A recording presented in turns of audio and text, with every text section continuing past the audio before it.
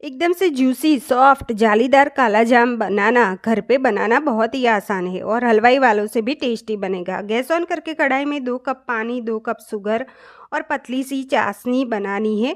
तार नहीं बनाना है। 7-8 दाना केसर का, 4 नंग इलायची कूट के ली है और आधी टीस्पून रोज़ वाटर, आधी टीस्पून नींबू का रस ऐड किया। देखिए तार बिना की चाशनी बबल्स आने पे तैयार हुई। गैस की फ्लेम बंद की। यहाँ 200 ग्राम मावा लिया है मोड़ा, उसको मसल के मिक्स किया। 200 ग्राम पनीर लिया है, उसको भी हाथों से मसल के दोनों को साथ में मिक्स कर देना है। 1 टेबलस्पून पीसी हुई चीनी, 2 टेबलस्पून तपकीर का आटा, 1 चुटकी बेकिंग पाउडर ऐड करके अच्छे से मिक्स करके बॉल्स बना देने हैं।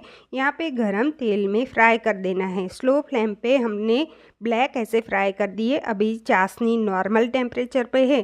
अभी 2 घंटे तक भिगो के हमने रखा था। चाशनी में से निकाल के डेसिकेटेड कोकोनट में कोट किया। अभी लाइक शेयर